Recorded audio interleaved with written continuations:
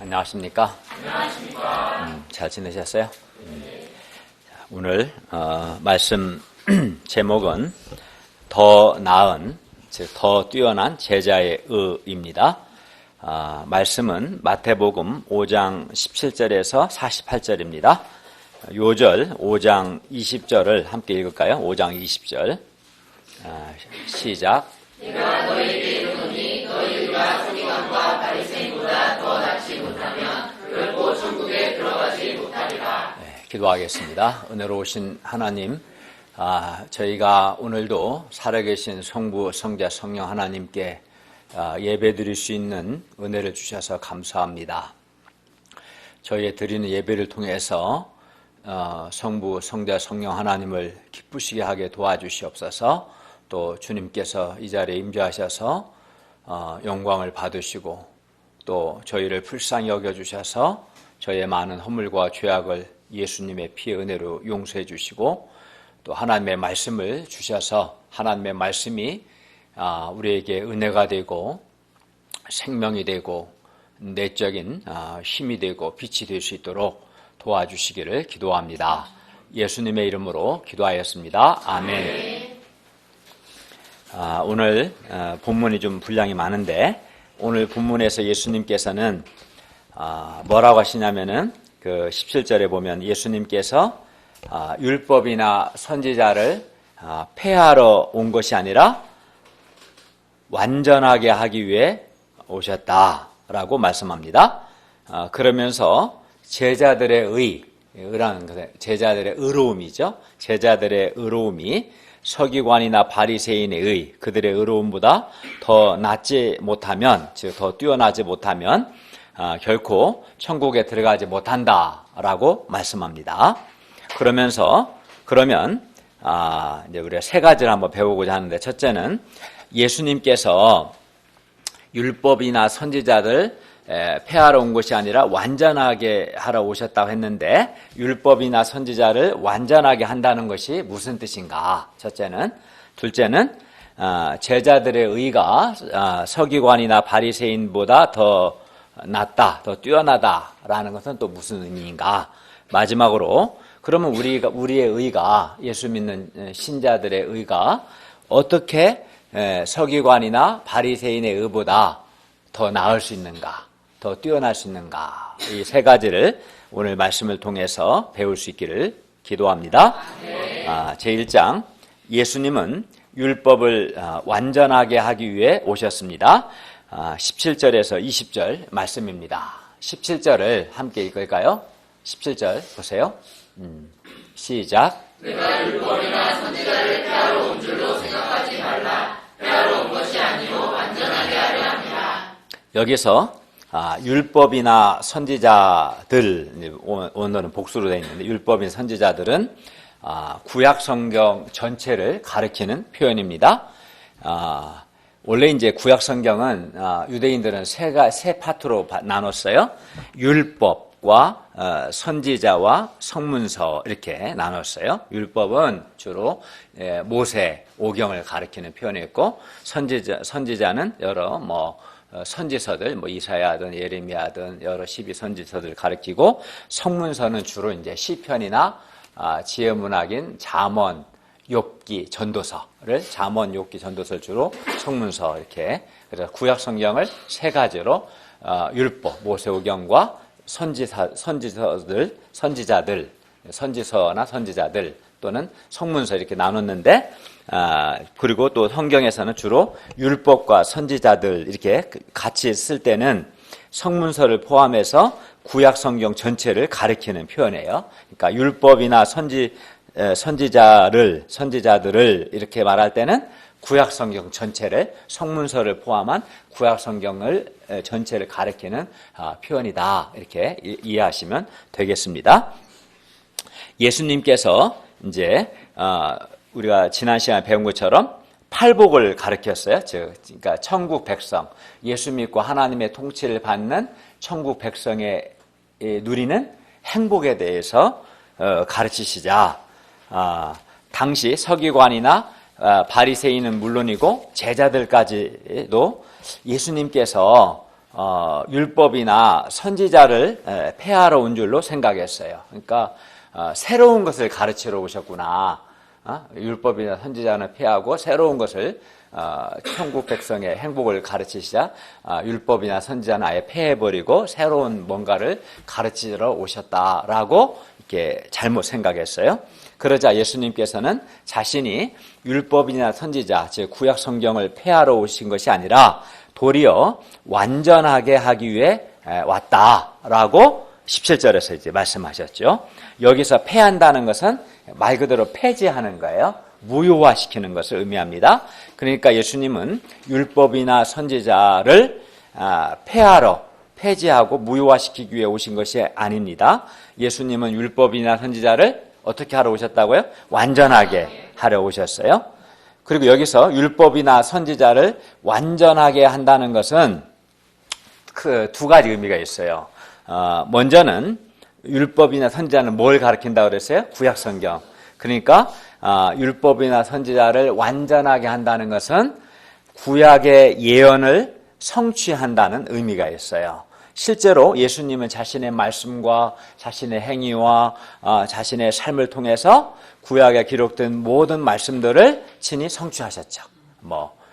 그 십자가의 죽으심을 통해서 구약의 제사제도도 예수님 안에서 성취가 되었고, 그렇죠? 그러니까 예수님이 구약 성경을, 구약의 예언을, 말씀을 자신의 말씀과 행위와 삶을 통해서 성취하셨다.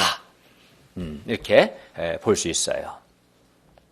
다음으로 그 율법과 선지자, 즉 구약 성경을 완전하게 한다는 것은 특히 율법의 궁극적인 목표를 성취한다라는 뜻이 있어요. 그러니까 첫째는 구약의 예언을 성취한다. 둘째는 율법이 말하고자 하는 율법이 의도한 율법의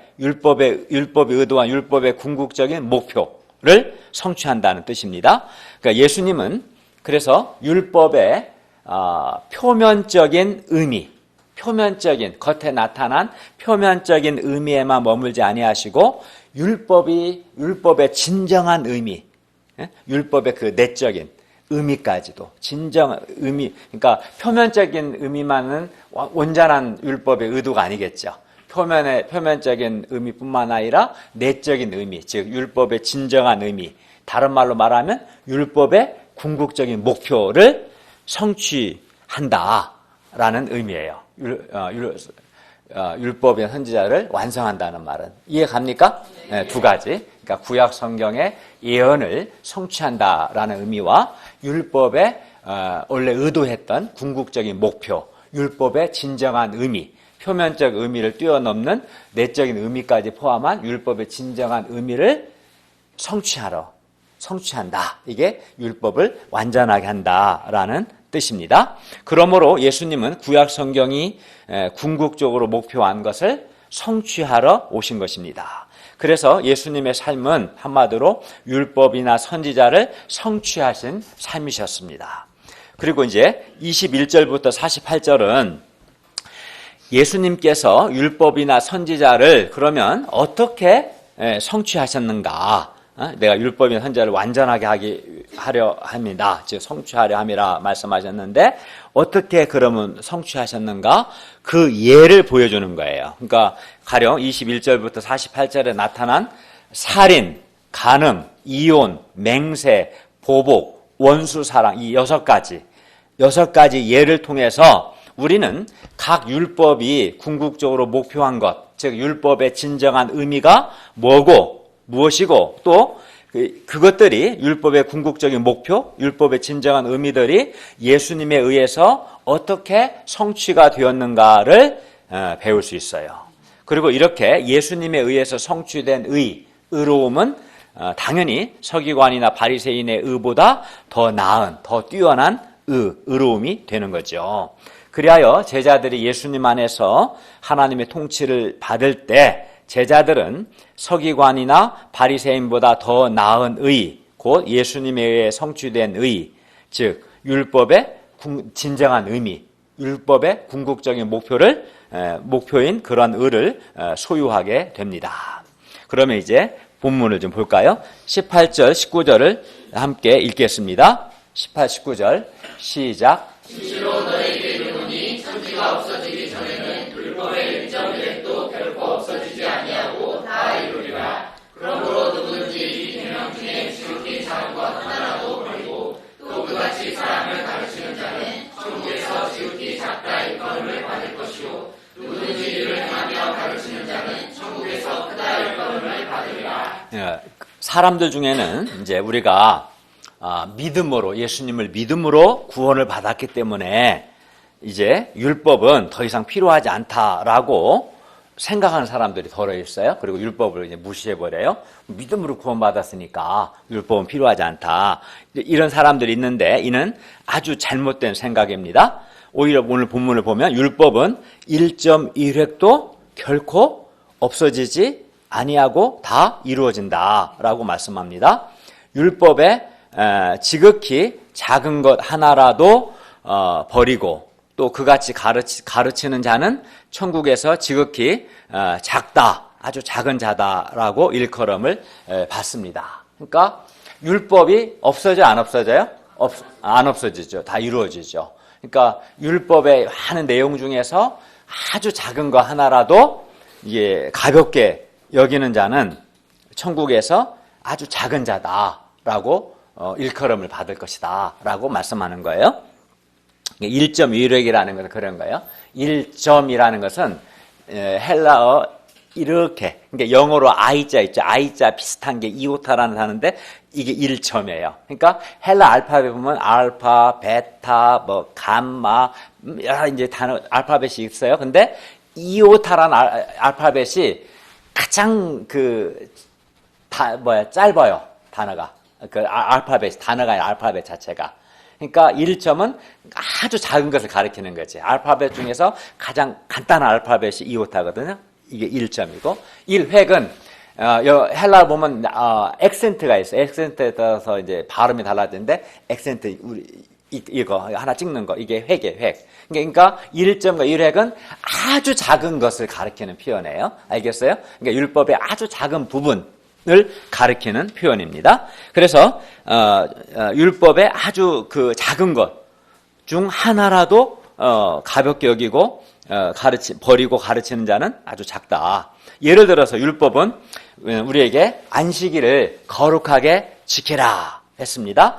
그리고 근데 이 안식일은, 구약의 안식일은 예수님 안에 성취가 돼요. 예수님이 안식을 가져오셨기 때문에 예수님 안에 성취되었고, 그래서 신약의 교회는 예수님께서 부활하신 날, 원래 이제 안식일 토요일이죠. 근데 예수님 안식일 다음 날 부활하셨기 때문에 안식 후 첫날이니까 월요일 주일날 부활하셨죠. 그래서 신약의 교회는 예수님께서 부활하신 날인 일요일, 오늘 우리 주일이라고 부르죠. 일요일에 예배를 드리고 있습니다. 그러니까 이제 우리는 주일에 예배를 드리고 있는 거죠. 그러나 어떤 사람은 뭐 주일 예배에 한두 번 늦거나 뭐 급한 일 있으면 빠질 수도 있지라고 생각합니다. 이런 사람은 이제 율법을 아주 가볍게 여기는 사람이죠. 그러나 하나님은 이런 사람을 천국에서, 하나님 나라에서 지극히 작은 자다라고 말씀합니다. 그러니까 하나님이 아주 형편없는 사람이다. 너 그렇게 하나님의 율법을 가볍게 여기는 사람은 작은 자다, 형편없다라고 평가하시는 거예요. 반면 율법의 지극히 작은 거 하나라도 내가 행하며 가르치는 사람은 천국에서 크다, 아주 훌륭하다라고 일컬음을 받습니다. 이를 통해 우리는 율법의 지극히 작은 거 하나도 가볍게 소홀히 여겨서는 안 됨을 배웁니다. 그게 하나님의 뜻인 거예요. 우리는 계명 중에 지극히 작은 거 하나도 하나님께 대한 경외심, 두려움을 가지고 절대적인 자세로 지켜야 합니다. 그리고 우리는 오늘 본문을 보면 우리는 행하며 가르치는 자가 되어야 합니다. 19절 하반절을 보면은 예수님은 말씀합니다. 누구든지 이를 행하며 가르치는 자는 천국에서 크다 일컬음을 받으리라. 그러니까 자세히 보면 행하다라는 단어가 먼저 나오고 그 다음에 가르치다라는 단어가 나오지요. 그러므로 우리는 뭐가 먼저가 돼야 하냐면 행하는 것이 먼저가 돼야 돼요. 내가 먼저 행하고 그 다음에 가르쳐야 합니다. 그리고 이렇게 자신이 먼저 하나님의 말씀을 행하고 그 다음에 이제 가르치는 자를 하나님께서 천국에서 아주 크다, 아주 훌륭한 사람이라고 칭찬하십니다. 그리고 이렇게 내가 먼저 말씀을 행할 때 말씀의 의미를 내가 행할 때 말씀의 의미를 더 정확하고 더 깊이 있게 깨닫게 되고 또 말씀을 행하는 과정에서 은혜를 받게 되고 그래서 이제 그 말씀을 더 정확하게 아니까 다른 사람을 더 잘 가르칠 수 있게 되는 거예요. 근데 내가 행하지 않는 사람은 잘 못 가르쳐요.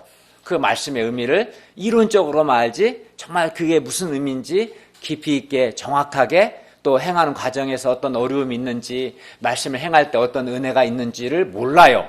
경험적으로. 그래서 그걸 정확하게 가르치지를 못해요. 사실은. 근데 말씀을 내가 먼저 행하고 가르치는 자가 천국에서 크다 일컬음을 받고 먼저 행할 때 올바르게 가르칠 수 있습니다. 그러므로 우리가 하나님의 계명 중 지극히 작은 거 하나라도 버리지 않고 오히려 행하며 가르침으로써 천국에서 크다 칭찬을 받을 수 있기를 바랍니다. 20절을 볼까요? 20절도 한번 우리 자매들이 한번 읽어봅시다. 이번에는 20절 시작. 내가 너희에게 이르노니 너희 의가 서기관과 바리새인보다 더 낫지 못하면 결코 천국에 들어가지 못하리라. 예수님은 제자들의 의로움이 서기관과 바리새인들의 의로움보다 더 나아야 한다, 더 뛰어나야 한다고 말씀합니다. 그렇지 못하면 결코 천국에 들어가지 못한다 말씀합니다. 그러면 당시 예수님 당시에 서기관과 바리새인의 그들의 의로움이 어떠했습니까? 예를 들어서 이제 서기관과 바리새인들은 살인하지 말라는 계명에 순종해서 문자적으로 살인의 행위만 하지 않으면 실제로 사람을 죽이지 않으면 의롭다고 생각했어요. 그러니까 서기관과 바리새인의 의로움은 비록 마음에 어떤 사람에 대한 다른 사람을 미워하고 또 심지어 그 사람에 대해서 막 살인 감정을 가지고 있을지라도 또 그래서 막 화내고 욕을 해도 살인이라는 행위만 하지 않으면 의로운 거죠. 살인하지 말라는 계명을 지킨 거니까. 살인의 행위만 하지 않으면 의롭다고 하는 바로 그런 의였어요. 반면 제자들의 의는 살인의 행위는 물론이고 살인을 하게 되는 동기가 뭐예요? 그게 이제 막 그 미움과 분노와 살인 감정이잖아요. 그런 거. 또 그런 것도 하면 안 되고 또 그리고 화내고 욕하는 것까지도 하면 안 되는, 해서는 안 되는 그런 의였어요. 그러니까 서기관과 바리새인의 의는 살인 행위만 하지 않으면 의로운 거고, 그러나 제자의 의는 아무리 살인의 행위를 하지 않았을지라도 다른 사람을 미워하고 분노하고 또 언어적으로 욕하고 비난하고 하는 것도 하면 안 되는 의예요. 그러면 여러분이 생각하기에 누구의 의가 더 뛰어난 의예요? 그죠? 제자들의 의가 바리새인이나 서기관의 의보다 더 나은, 더 뛰어난 의가 되겠죠. 이걸 말하는 겁니다. 제2장 예수님의 율법 성취와 제자들의 더 나은, 뛰어난 의의 예들 21절에 48절입니다.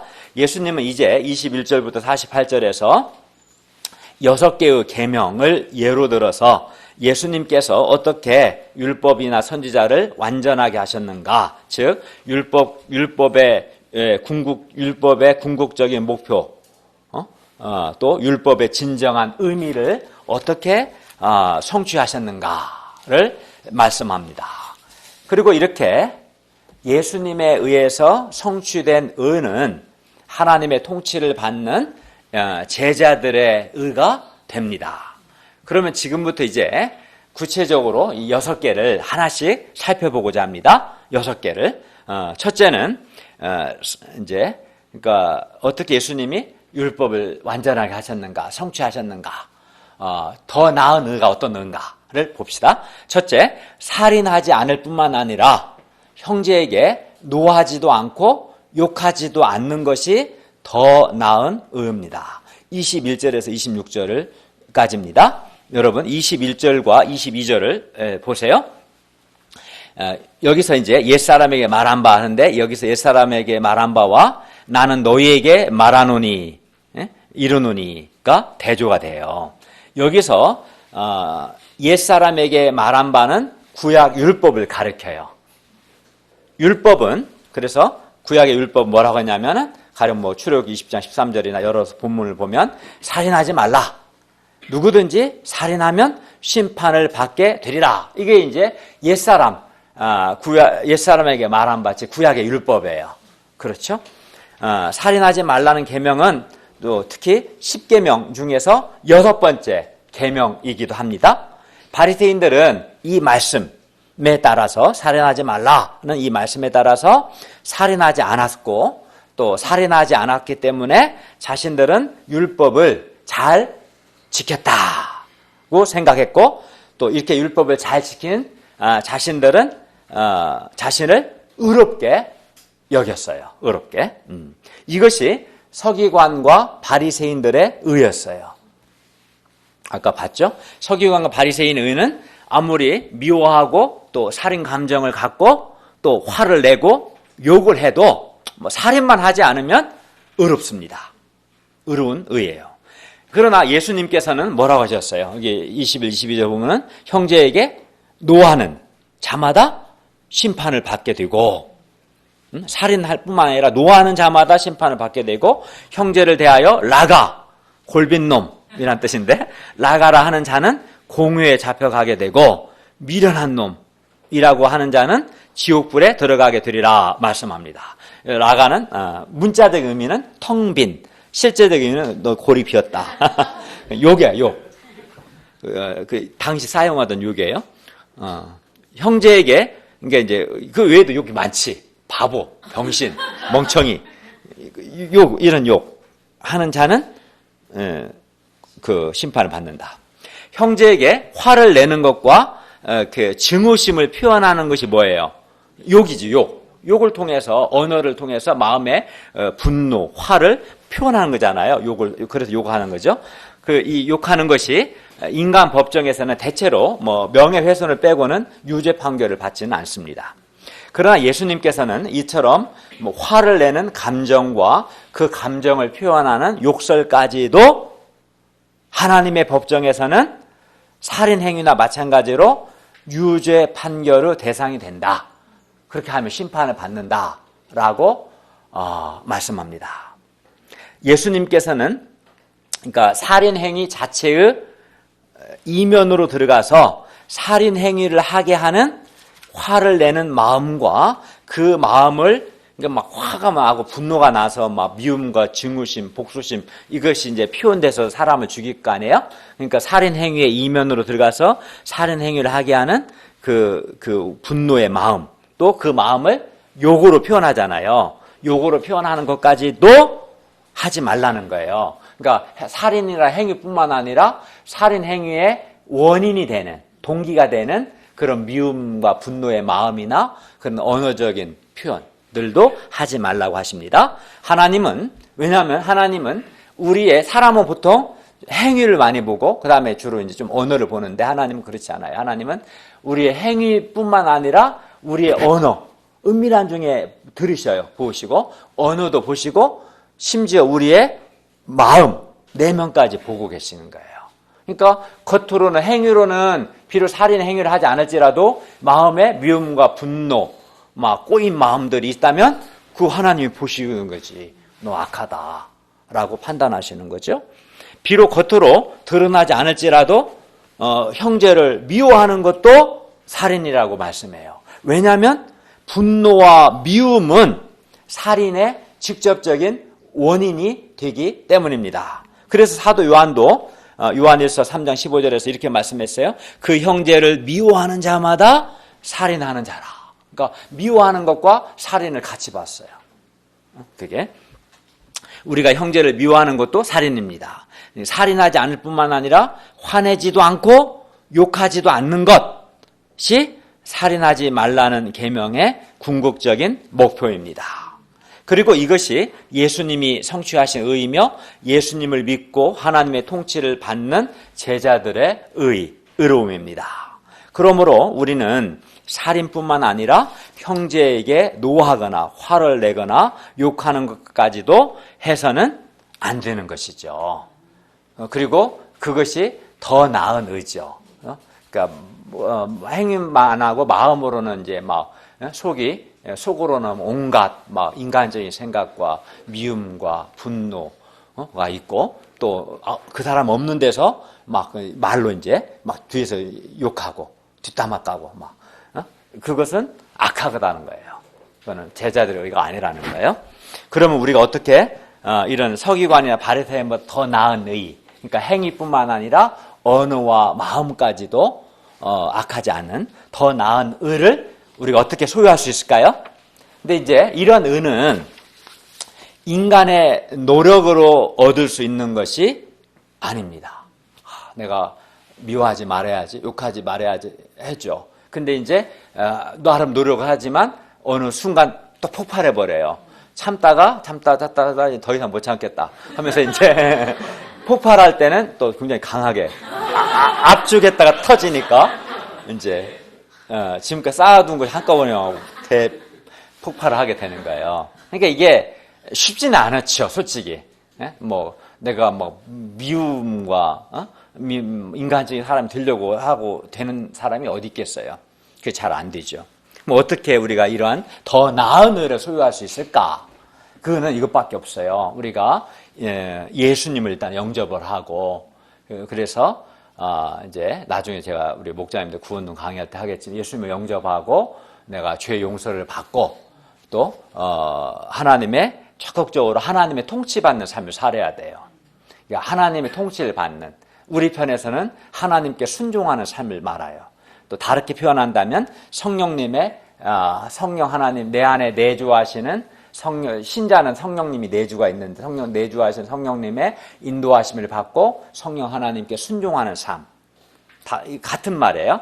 같은 실체를 표현만 다르죠. 성령님의 인도를 받고 성령님께 순종하는 것, 그것은 하나님의 말씀에 순종하는 것과 동일한 거예요. 그것은 바로 또 하나님의 통치를 받는 삶이에요. 이러한 삶을 살 때 우리의 내면이 바뀌기 시작해요. 내 속사람이 바뀌어요. 그래서 서기관이나 바리새인보다 더 나은 의를 행하게 돼요.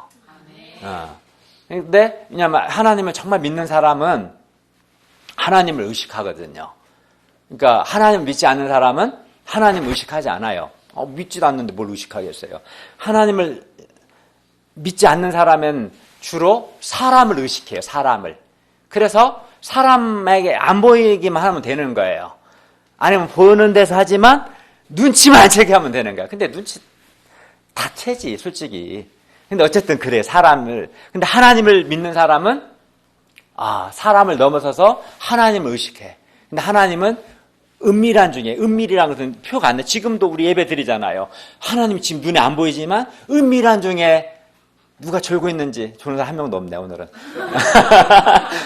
은밀한 중에 다 보고 계시는 거예요. 은밀한 중에 보시니까 마치 하나님이 안 계신 것처럼 착각하는 거지. 안 계신 게 아니에요. 하나님은 은밀한 중에 보시고 우리의 언어를 다 말을 들으시고 내 행위와 내 마음까지 보고 계시는. 신자는 이 하나님을 믿는 거고 이 하나님 앞에 사는 거고 이 하나님을 의식하는 거예요. 그렇기 때문에 정말 예수 믿는 신자는 하나님 앞에서 자기를 돌아볼 수밖에 없는 거예요. 내 마음을 성찰하지 않을 수 없고 내 언어 생활을 돌아보지 않을 수 없고. 그렇죠. 그리고 이제 내주하시는 성령님의 인도와 성령님께 순종하는, 즉 하나님 말씀에 순종하는 삶을 살게 되고 그때 내 속사람 내면의 변화가 일어나기 시작해요. 그래서 더 나은 의를 소유하게 되는 겁니다. 예수님은 이제 형제에게 노하거나 욕하지 않을 뿐만 아니라 적극적으로 형제와 화해를 하도록 말씀합니다. 23절에서 26절을 보세요. 아까 한번 보셨죠? 예수님은 바로 설명합니다. 예수님은 우리에게 이제 하나님께 예물을 제단에 드리려다가, 그러니까 하나님께 이제 제단에서 예물을 드리는 거죠. 그러다가 그렇게 예물을 제단에서 드리려고 하다가 거기서 형제에게 원망 들을 만한 일이 생각나거든. 이 말은 이제 내가 원망하는 게 아니라 형제가 나를 원망하는 거지. 내가 뭔가 형제에게 잘못한 것이 있어요. 그래서 그 형제가 그것 때문에 마음에 상처를 받고 그것 때문에 나를 원망할 일이 있었던 거지. 그리고 그 일이 생각이 나면 어떻게 하라는 거예요? 먼저 하나님께 예물을 드리는 게 우선이 아니고 그건 좀 이따 하고 먼저는 형제한테 가서 그 형제와 화목하고 어떻게 화목해요? 아, 내가 너한테 상처 준 것 같다. 내가 너한테 정말 잘못했다. 나를 용서해달라고. 그리고 형제와 먼저 화목을 하고 그리고 나서 와서 하나님께 예물을 드리라고 말씀합니다. 그러니까 우리가 형제와의 문제를 해결하지 않고 하나님께 예배를 드리고자 하면 하나님께서 우리의 예배를 기뻐하시겠어요? 안 기뻐하시겠어요?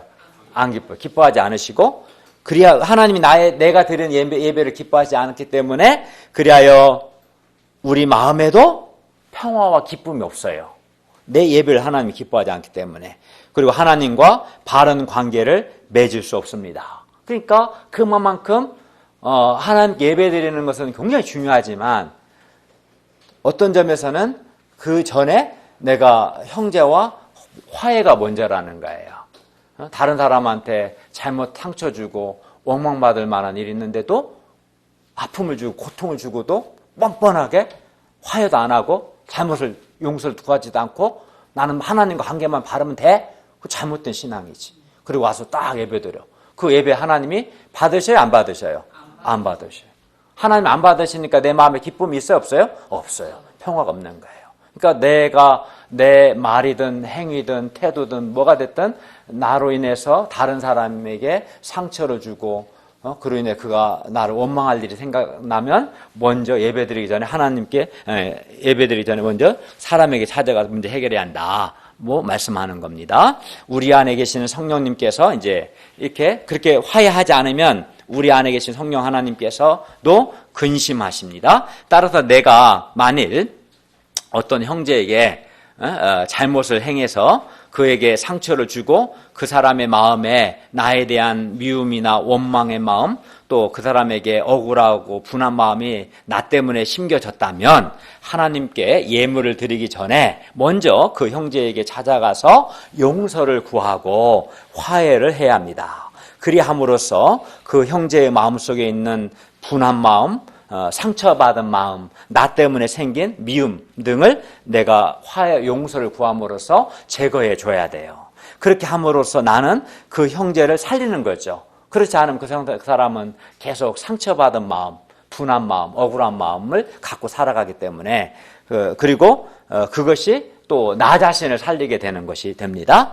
그리고 이렇게 형제와 화목하는 것이 서기관이나 바리새인보다 더 나은 의입니다. 그러니까 서기관 바리새인은 뭐 다른 사람이 상처 준 걸 화해 안 해. 안 하고 내가 하나님께 예물만 잘 드리면 돼. 하나님 앞에 개인 신앙만 있으면 돼. 이건 서기관 바리새인의 신앙이고 의지. 그러나 예수님이 말씀하신 제자들의 더 나은 의는 사람과의 관계도 고려하는 거지. 나로 인해서 다른 사람이 마음에 상처받고 고통을 받고 억울한 일이 생기면 먼저 찾아가서 잘못을 진실하게 인정하고 용서를 구하고 화해를 하고 그리고 하나님께 예배를 드리는 그게 더 나은 의라는 생각이 들어요? 안 들어요? 네, 그걸 말씀합니다. 둘째, 마음에 의욕도 품지 않는 것이 더 나은 의입니다. 27절에 30절 말씀입니다. 우리 27, 28절 또 같이 읽을까요? 27, 28절입니다. 시작. 또 가늠하지 말라 하였다는 것을 너희가 들었으나 나는 너희에게 이르노니 음욕을 품고 여자를 보는 자마다 마음에 이미 가늠하였느니라. 서기관과 바리새인들은 육체의 행위로 간음만 행하지 않으면 간음하지 말라는 계명을 지킨 것이라고 생각했습니다. 서기관이나 바리새인들은 여자를 보고 음욕을 품는 것은 간음으로 여기지 않았어요. 남자를 보고 음욕을 품는 것도 물론 마찬가지였겠죠.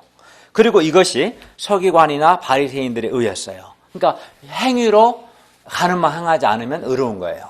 그러나 예수님은 여자나 남자를 보고 음욕을 품는 자마다 마음에 이미 간음했다고 말씀합니다. 왜냐하면 마음의 음욕이 외적인 간음 행위로 나타나기 때문에 그렇습니다. 하나님은 사람의 행위만 보시는 게 아니라 아까 본 것처럼 언어도 보시고 그의 내면도 보고, 이미 내면은 더러워진 거죠. 음욕을 품은 이상은. 여기서 음욕을 품는다는 것은 여자나 남자에 대해서 음란한 생각이나 음란한 상상을 하는 것입니다. 간음하지 말라는 율법의 궁극적인 목표, 율법의 진정한 의미, 그러니까 표면적 의미를 넘어서는 진정한 의미는 단 행위로만 이렇게 간음 행위를 하지 말라 이게 아니라 뭐예요? 간음하지 말라는 것은 간음 안 하고 마음의 음욕을 다 품어. 그게 율법의 궁극적인 목표, 율법의 진정 의미가 아니라는 거예요. 간음하지 말라는 율법이 의도한 진정한 의미, 궁극적인 목표는 뭐냐면 거룩과 순결입니다. 거룩과 순결이에요. 우리가 거룩하고 순결한 자가 되라는 거거든요. 그런데 마음의 음욕을 품는 것은 순결하지 않은 것이죠. 따라서 비록 행위로 간음하지 않았더라도 마음의 음욕을 품고 있다면 그것은 간음과 동일한 겁니다. 그러므로 음욕도 품지 않고 마음이 순결하고 거룩한 것이 더 나은 의입니다. 예수님은 간음이 얼마나 심각한 죄며 또 우리가 간음에 대해서 어떠한 자세를 가져야 하는가 말씀합니다. 29, 30절을 보십시오. 예수님은 만일 네 오른눈이 너로 실족하게 하거든 빼어내버리고 내 오른손이 너로 실족하게 하거든 찍어내버리라고 말씀합니다. 왜냐하면 백체 중 하나가 없어지고 온몸이 지옥에 던져지지 않는 것이 유익하기 때문입니다. 이는 물론 모든 죄에 해당하지만 우선적으로 간음죄에 해당하는데 이는 간음죄가 얼마나 심각한가를 가르쳐 줍니다. 간음은 부부관계를 깨버려요. 한몸됨을. 간음을 통해서 부부관계 깨져버려요. 많은 경우에 대부분. 또 자녀에게 상처를 주고 사회를 파괴해요. 간음죄는 굉장히 무섭게 보시는 거예요. 예수님께서. 그리고 심각하게 보시는 거죠. 그러면 우리가 간음하지 않을 뿐만 아니라 음욕도 품지 않는 더 나은 의를, 순결과 거룩이죠. 더 나은 의를 수요하기 위해서 우리는 어떻게 해야 합니까? 우리 마음에 음욕이 생길 때 그런 유혹을 받을 수 있겠죠. 그때 우리는 그것이 죄라는 것을 깊이 인식하고 그 죄를 떠나고자 하는 단호한 결단을 해야 합니다. 아무리 그 결단이 힘들어도 눈을 빼버리는 것 같은, 실제 문자에 빼라는 건 아니지만 그만큼의 단호한 결단을 해야 돼요. 뭐 음란 사이트나 그런 것이면 그걸 다 지워버려야 돼요. 들어가지 않고자 딱 결단을 해야, 단호한 결단을 하고, 그리고 그것만은 안 돼요. 연약해서 우리가 회개를 해야 돼요. 하나님 앞에. 그리고 더욱 적극적으로 하나님의 통치를 받아야 돼요. 하나님의 다스림을 받아야 돼요. 말씀에 순종하는 삶을 힘써 살고 성령님의 인도를 받고 성령께 순종하는 삶을 힘써 살아야 합니다. 그래야 내 안에 음욕이 사라지고 순결하고 거룩한 소원이 생겨나요. 음란한 생각을 하지 않고 형제나 자매에게 마음을 빼앗기지 않도록 하나님께 간절히 기도해야 합니다. 그래야 할 때 하나님께서 내 마음을 다스리셔서 우리 마음은 거룩하고 순결하게 될 것입니다. 셋째, 이혼하지 않는 것이 더 나은 의입니다. 31절과 32절 말씀입니다. 31절을 또 읽겠습니다. 시작. 또 이르시되 누구든지 아내를 버리려거든 이혼 증서를 줄 것이라 했으나 나는 너희 신명기 24장 1절에서 4절은 누구든지 아내를 버리려거든 이혼 증서를 주라고 했어요. 모세가 누구든지 아내를 버리고, 여기 아내를 버린다는 말은 이혼한다는 의미예요. 아내와 이혼하거든 이혼 증서를 줄 것이라고 한 본래의 의도는 아내를 함부로 버리지 못하도록 하기 위해서였어요. 사실은. 그러니까 옛날에는 뭐 이혼 증서도 안 주고 함부로 아내를 이혼하고 다른 여자 가고 그런 일이 많았기 때문에 이혼을 막기 위해서 그렇게 했던 거거든요. 그러나 예수님 당시 사람들은 사람이 마음이 악하면 말씀을 악용하게 돼요. 그래서 이 말씀을 악용했어요. 어떻게 악용했냐면, 그래, 이혼 증서를 주고, 이혼하려면 이혼 증서 주라 했으니까, 그래, 까짓거 이혼 증서만 주면 이혼할 수 있다. 적극적으로 그렇게 악하게 해석했어요. 그리고 이혼 증서 주고 이혼하고, 이혼 증서 이혼하고, 그리고 합법적으로 난 이혼한 거다. 이렇게 많이 그랬어요. 그리고, 이렇게 이혼 증서를 주고 합법적으로 이혼하는 것, 이것이 서기관이나 바리새인이었어요. 왜냐하면은 이혼 증서도 안 주고 이혼하는 건 악하지만 나는 말씀에 순종해서 이혼 증서를 주고 이혼했기 때문에 나는 법을 지킨 거고 의로운 거다. 이렇게 생각했어요. 이게 이제 서기관이나 바리새인에 의했어요. 그러나 예수님은 이혼에 대해서 다음과 같이 말씀합니다. 32절을 함께 읽겠습니다. 32절 시작. 나는 너희에게 이르노니 누구든지 음행한 이유 없이 아내를 버리면 이는 그로 가늠하지 아니요 또 누구든지 버림받은 여자에게 장가드는 자도 가늠하니라. 네, 예수님은 음행한 이유 없이는 이혼하지 말라는 겁니다. 그리고 남편과 아내가 그러니까 이혼의 유일한 사유는 음행밖에 없다는 거예요, 사실은.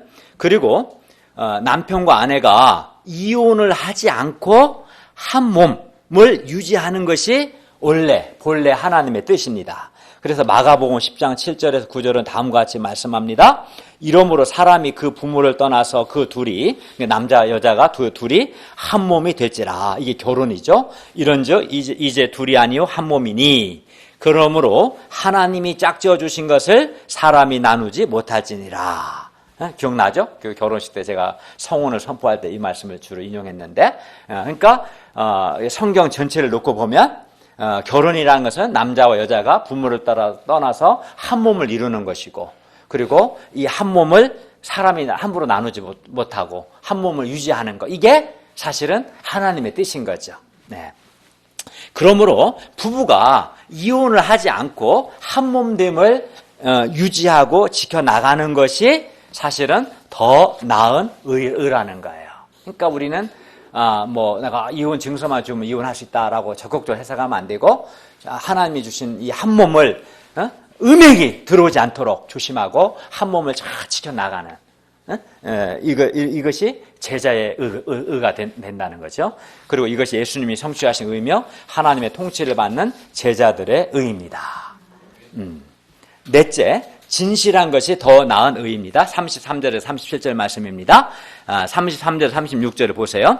율법은 헛맹세를 하지 말고 맹세한 것을 주께 지키라고 했는데 예수님은 도무지 맹세하지 말라고 말씀하십니다. 맹세에 관한 예수님의 가르침은 도무지 맹세하지 말라 이렇게 말씀하심으로써 마치 구약의 율법을 무효화하는 것처럼 보입니다. 그러나 이는 그건 아니에요. 그리고 여러분 이게 보면 좀 내용이 복잡한데 34, 35, 36 하늘로도 하지 말라, 땅으로도 하지 말라, 또 예루살렘을 하지 말라, 내 뭐를 하지 말라. 이게 뭐냐면 왜 이 얘기했냐면 당시 유대인들은 어떻게 이제 성경을 잘못 해석했냐면 하나님의 이름으로 맹세한 것은 반드시 지켜야 한다. 그랬어요. 근데 하나님의 이름으로 맹세는 안 하고 이제 하늘로 맹세하거나 땅으로 맹세하거나 예루살렘을 두고 맹세하거나 내 머리카락을 두고 맹세하거나 하는 것은 안 지켜도 된다라고 잘못 해석했어요. 근데 하나님은 안 그렇다. 하늘도 내 것이고 땅도 내 것이고 네 머리카락도 내가 만든 건데 다 마찬가지인 거다. 그런 의미로 말한 거예요. 그러니까 맹세를 안 지켜도 되는 것은 아니다. 근데 어쨌든 예수님의 말씀은 도무지 맹세하지 말라는 거예요. 이 구약의 맹세 관련 규정은 뭐가 존재됐어요? 그러니까 왜 맹세가 필요해요? 사람에 대한 불신 때문에 그런 거예요. 그러니까 사람이 말한 것을 안 지켜.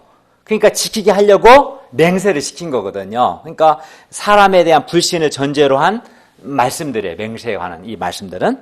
그래서 사람을 믿을 수 없기 때문에 맹세를 하게 했고 맹세한 것을 지키게 했던 겁니다. 그러나 하나님의 통치를 받는 천국 백성들은 사람에 대한 불신을 전제로 하는 게 아니라 진실을 전제로 하는 거예요.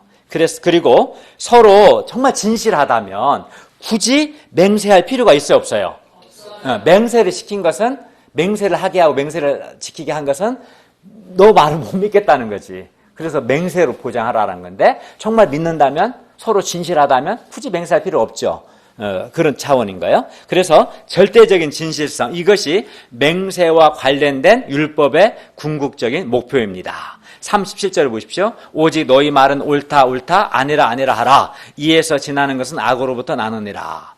제자들은 진실만을 말해야 합니다. 그러니까 옳은 것은 옳다고 하고 아닌 것은 아니다 이렇게 분명하게 말해야 합니다. 그런데 옳은 것을 아니다라 하든가 아니면 아닌 것을 옳다 말하는 것은 거짓된 겁니다. 어떤 사람은 상대방을 기분 좋게 하려고 옳은 것을 아니다고 하고 아닌 것을 옳다고 하고 또는 애매모호하게 이렇게 하게 말하는데 이거는 진실하지 않은 거예요. 이것은 진실하지 않은 거죠. 그러니까 옳은 것은 옳다, 아닌 것은 아니다 라고 하지 않고 이에서 지나는 것을, 지난다는 말은 반대로 말하는 거거나 또는 애매모호하게 말하거나 또는 형식적으로 체면치레로 말하거나 또는 상대방 기분 좋게 말하는 것, 이 모든 것이 다 진실하지 않기 때문에 악으로부터 나는 것, 악한 거다라고 말씀합니다. 그러니까 맹세 관련해서 율법의 궁극적인 목표, 율법의 진정 의미는 뭐예요? 진실해야 한다는 거예요. 신자는, 제자는 진실해야 한다. 절대적으로 진실해야 한다. 이것이 그리고 더 나은 의입니다. 진실해. 앞에 그 사람 앞에서는 막 이렇게 하고 뒤에 가서는 딴소리하고 그는 거짓된 거예요. 신자는 진실해야 합니다. 다섯째, 보복하지 않고 선을 행하는 것이 더 나은 의입니다. 38절에서 42절입니다. 38절 42절을 볼까요? 38, 39절을 우리 형제들이 40에 42절은 자매들이 한번 읽겠습니다. 시작.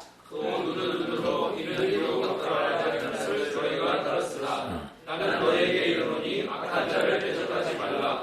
누구든지 내 오른편 뺨을 치거든 왼편도 돌려내며 또 너를 고발하여 헛것을 가지고자 하는 자에게 거독까지도 가지게 하며 또 누구든지 너로 억지로 오리를 가게 하거든 그 원한과 심리를 동행하고 내게 구하는 자에게 주며 내게 뺏고자 하는 자에게 거절하지 말라.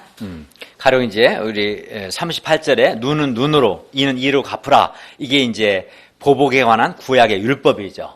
구약의 율법은 보복을 허용하되 율법의 목적은 뭐냐면 보복의 한계를 엄격하게 한정하는데 그 목적이 있었어요. 그러니까 지나친 보복을 못하게 막은 거죠. 내가 받은 피해보다 더 많은 보복을 하지 못하도록 하기 위해서 율법을 주신 거예요. 그러나 예수님은 악한 자를 보면 39절의 핵심 이거예요. 악한 자를 대적하지 말라. 이 말은 보복하지 말라는 거예요. 구약의 율법은 뭐예요? 보복은 인정하되 지나친 보복을 하지 말고 딱 정해진 한도 내에서만 보복하라. 근데 예수님은 이걸 어떻게 원래 이 계명의 궁극적인 목표는 악한 자를 대적하지 말라, 보복하지 말라는 겁니다. 도리어 어떻게 하라는 거예요? 뒤에 보면 뭐 속옷도 주고 왼뺨도 돌려주고 심리까지 가고 한마디로 뭐예요? 도리어 선을 행하라. 선으로 악을 이기라고 말씀합니다. 왜냐하면 그러니까 예수님 말씀 핵심은 두 가지예요. 악한 자를 대적하지 말라, 보복하지 말라는 것과 선으로 적극적으로 더 선을 행해서 악을 이기라는 거지. 왜 그래요? 왜냐하면 악한 자를 대적을 하다 보면 우리 자신이 악에 빠질 위험이 굉장히 높습니다. 예수님 우려하신 것은 우리 사람들은 그걸 생각 안 하거든요. 악한 자를 대적하는 보복하는 과정에서 나도 악을 행하게 돼요. 그래서 이제 우리 구약 성경 보면 다윗이 보복하지 않아. 그럼 누가 해야 돼요? 하나님께 맡겨야 돼요. 하나님이 나를 대신해서 하나님이 보복하셔요.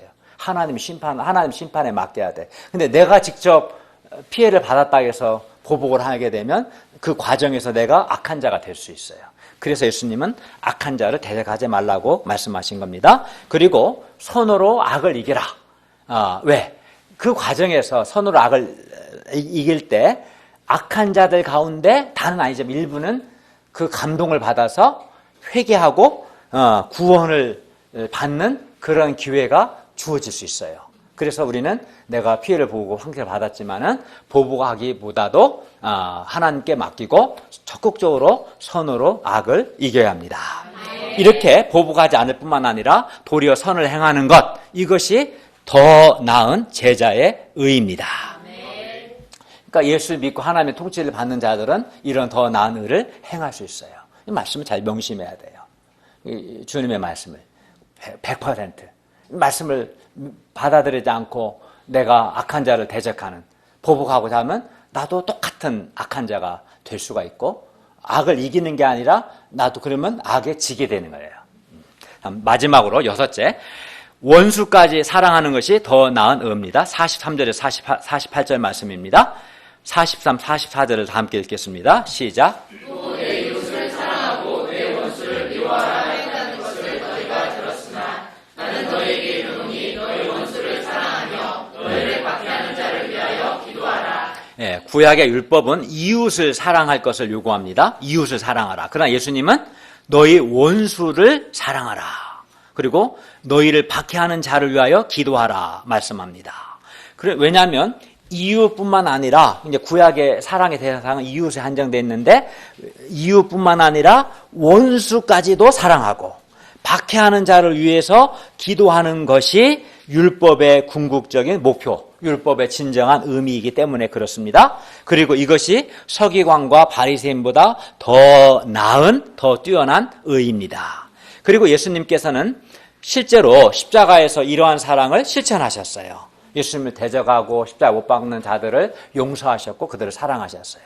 이게 더 나은 의입니다. 그러면 우리가 어떻게 이 원수까지 사랑할 수 있을까요? 원수 사랑도 자기 스스로 수련을 하거나 노력을 해서 되는 것이 아닙니다. 이게 인간적인 노력으로 안 돼요. 하나님의 통치, 하나님의 다스림의 선물입니다. 우리가 하나님의 통치를 받을 때 원수까지 사랑하게 됩니다. 그러니까 우리가 하나님의 말씀에 순종하고 성령님의 인도하심과 성령님께 순종할 때 우리가 원수까지 사랑할 수 있는 그런 내면을 갖게 됩니다. 45절을 보십시오. 이같이 한즉 하늘에 계신 너희 아버지 아들이 되리니 이는 하나님이 그 해를 악인과 선인에게 비추시며 비를 의로운 자와 불의한 자에게 내리우심이라. 그러니까 하나님은 우리가 생각할 때 우리는 어때요? 해를 선인한테만 비추고 악인한테는 안 비춰주고 싶죠. 너 좀 한번 당해봐라. 그리고 비도 의로운 자한테만 비를 내리고 불의한 자한테 비를 내리고 싶지 않아요. 너 농사 한번 폭망해봐라. 요즘 폭삭 망해봐라. 그게 보통 사람들의 심리죠. 근데 하나님은 해를 비출 때 실제로 보여요. 밭을 보면 선한 사람이나 악한 사람 다 해를 비춰주시고 비가 내릴 때도 의로운 자뿐만 아니라 불의한 자의 밭에도 비를 내리게 해주셔요. 하나님이 이런 분이시죠. 그리고 우리는 하나님은 보편적인 분이시죠. 그리고 우리는 이런 하나님 아버지의 아들, 자녀이기 때문에 이런 하나님 아버지를 닮고 배우고 하나님 아버지의 아들답게 살아야 한다고 말씀합니다. 그러니까 우리는 하나님이 어떤 분이신가를 알아야 돼요. 내 수준으로 판단하면 안 되고 성경에 나타난 하나님은 어떤 분이신가.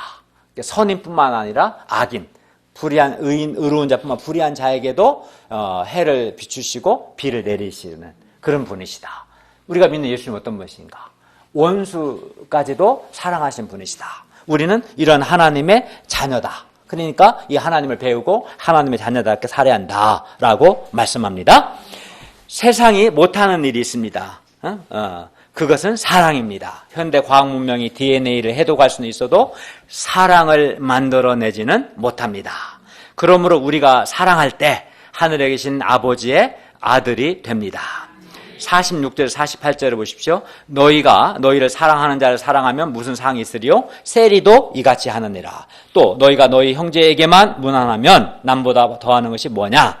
이방인들도 이같이 아니하느냐? 그러므로 하늘에 계신 너희 아버지의 온전하심과 같이 너희도 온전하라. 그러니까 나를 사랑해주는 사람을 사랑하는 것은 세리와 같은 이기적인 죄인들도 할 수 있습니다. 또 우리가 우리 형제에게만 무난한다면 이는 불신자들도 그렇게 하기 때문에 우리가 불신자들과 다를 것이 없습니다. 또 그렇게 하면 우리에게 하나님의 상이 없습니다. 그러니까 하나님의 자녀는 나를 사랑하지 않는 사람, 나를 무시하는 사람, 나를 미워하는 사람도 사랑할 수 있어야 합니다. 또 나를 괴롭히는 사람을 위해서 기도할 수 있어야 합니다. 어려운 일이죠, 사실은. 왜 우리가 그렇게 하는가? 우리가 하나님의 아들이기 때문에, 하나님의 자녀이기 때문에 그렇습니다. 우리는 하늘에 계신 하나님 아버지의 온전하심과 같이 우리도 온전해야 합니다. 이것이 그리고 이것이 서기관이나 바리새인보다 더 나은, 더 뛰어난 의입니다. 그러니까 나한테 잘해주는 사람한테만 내가 잘해주고 나를 사랑하는 사람만 사랑하면 그거는 온전한 건 아닌 거죠. 그런 사랑은 사실은 하나님을 믿지 않는, 예수님을 믿지 않는 불신자들도 한다는 거지. 그렇죠? 근데 우리의 목표는 하나님의 온전하심이 목표가 돼야 하는 거예요. 그렇게 한다면 그게 더 뛰어난, 더 나은 의가 될 것입니다. 결론입니다. 이상에서 우리는 예수님께서 율법이나 선지자를 폐하러 오신 것이 아니요 완전하게 곧 율법의 궁극적인 목표를 성취하러 오셨다. 율법의 표면적인 의미뿐만 아니라 율법의 내면적인 의미, 즉 율법의 진정한 의미를 성취하러 오셨음을 우리가 배웠습니다. 그리고 예수님께서 율법을 어떻게 성취하셨는가를 6개의 예를 통해서 살펴봤습니다. 그러면 우리가 어떻게 예수님이 성취하신 더 나은 의, 우리가 쭉 6가지 예를 들었잖아요. 그렇죠. 가령 간음에 관련해서는 어느 게 더 간음만뿐만 아니라 여자나 남자를 보고 음욕도 품지 않고 내적인 순결과 거룩한 것이 더 나은 의죠. 또 살인하지 말라는 계명 관련해서는 실제 살인 행위뿐만 아니라 다른 사람에 대해서 미움과 분노의 마음을 품지 않고 욕하지 않는 것이 더 나은 의다 배웠고, 맹세하지만 맹세를 지키는 정도가 아니라 아예 절대적으로 진실한 것이 더 나은 의다. 또 악한 자를 대적하는 것이 아니라 오히려 심판을 하나님께 맡기고 선으로 악을 이기는 것이 더 나은 의다. 나한테 박해하는 자까지도 사랑하는 것이 더 나은 의다. 이걸 배웠어요. 그럼 우리가 어떻게 이런 더 나은 의를, 더 뛰어난 의를 우리가 소유할 수 있을까요? 이미 여러 번 살펴본 것처럼 이것밖에 없어요. 우리가 우리 안에, 예수 믿는 사람은 성령 하나님이 내주하시는데 우리가 우리 안에 내주하시는 성령 하나님께서 우리에게 거리끼는 마음을 주실 때 우리가 우선은 적극적으로 회개를 해야 합니다. 회개해야 돼요. 정말 성령이 내주한 사람은 말씀을 통해서 거리끼는 마음을 주시거든요. 잘못할 때 회개하고 거기서 끝나면 안 되고 적극적으로 하나님의 통치를 받아야 돼요. 그러니까 하나님의 통치를 받는다는 것은 하나님의 말씀에 순종한다는 것을 의미합니다. 또 다르게 표현하면 내 안에 계신 성령님의 인도하심을 받고 성령 하나님께 순종하는 것을 의미해요. 그러니까 이 과정에서 나는 내 감정은 저 사람 막 한 대 갈겨주고 싶고 보복하고 싶고 혼내주고 싶고 그런 미움이 생기고 억울함이 생기고 분한 마음이 생기고 그럴 수 있겠죠. 사람이 당하다 보면 당해봐요. 그런 마음 생길 수 있어요. 그러나 내 생각과 내 감정을 고집하지 않고 하나님 말씀에 원수를 사랑하라든가 하나님의 아버지 온전한 너희도 온전하라든가 하나님의 말씀에 자기 생각을 꺾고 내 기분과 내 감정을 꺾고 하나님 말씀에 순종하고자 반복해서 기도하고 성령님의 은혜를 구하고, 왜냐하면 내 인간적 의지로 안 되거든요. 성령님이 말씀을 통해서 내 마음에 은혜를 주실 때 그런 소원이 생겨요. 그렇게 하는 것, 이게 뭐라는 거예요? 최영 목자, 하나님의 통치를 받는 거다. 그죠? 하나님의 이게 통치를 받는 것이다. 이렇게 우리가 회개하고 하나님의 통치를 받을 때, 성령께 순종할 때, 하나님의 말씀에 순종할 때 우리는 더 나은 의, 즉 더 뛰어난 의를 소유할 수 있습니다. 그러므로 우리가 살아계신 하나님 앞에서 살고 하나님 앞에 사는 게 중요해요. 사람 앞에 사람은 속은 안 보거든요. 겉으로 나타난 행위나 언어만 보지만 하나님은 지금 보고 계셔. 우리가 예배 가운데 은밀하게 보시니까 여러분 지금 안 보이죠, 하나님이. 그러나 은밀한 중에 우리 예배를 지금 보고 계시고 듣고 계셔요.